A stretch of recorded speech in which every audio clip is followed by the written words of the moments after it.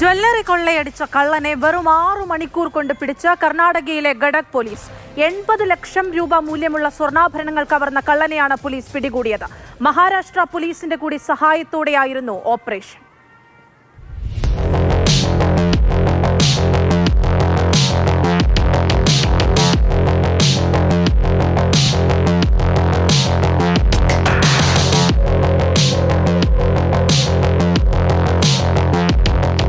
ഒരു കവർച്ച നടത്തി അയൽ സംസ്ഥാനത്തേക്ക് കടന്നപ്പോൾ കള്ളൻ വിചാരിച്ചു കാണില്ല ഇത്ര പെട്ടെന്ന് പിടിയിലാകുമെന്ന്.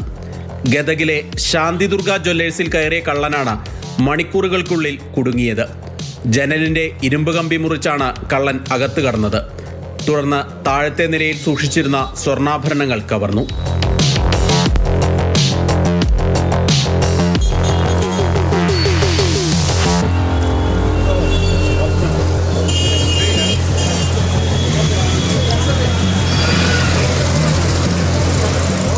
ഏകദേശം 80 ലക്ഷം രൂപയുടെ ആഭരണങ്ങളാണ് മോഷണം പോയത്. സമീപത്തെ ലോഡ്ജ് മുറിയിലിരുന്നായിരുന്നു കവർച്ചയുടെ ആസൂത്രണം. CCTV ദൃശ്യങ്ങൾ പരിശോധിച്ച് പോലീസ് നടത്തിയ അന്വേഷണത്തിൽ പ്രതി മഹാരാഷ്ട്രയിലേക്ക് ബസ് കയറിപ്പോയതായി കണ്ടെത്തി. തുടർന്ന് കർണാടക പോലീസ് മഹാരാഷ്ട്ര പോലീസുമായി ബന്ധപ്പെട്ടു.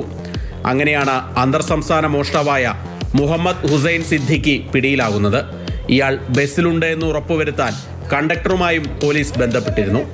ഗുജറാത്ത് സ്വദേശിയായ ഇയാൾ നിരവധി കവർച്ചാ കേസുകളിൽ പ്രതിയാണ്. ജ്വല്ലറിയിൽ നിന്ന് നഷ്ടപ്പെട്ട ആഭരണങ്ങളെല്ലാം വീണ്ടെടുത്തിട്ടുണ്ട്.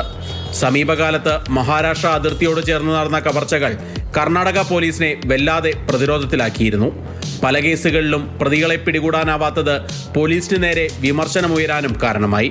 കവർച്ച നടന്ന മണിക്കൂറുകൾക്കുള്ളിൽ തന്നെ പ്രതിയെ പിടിക്കാനായത് പോലീസിന് നേട്ടമാണ്.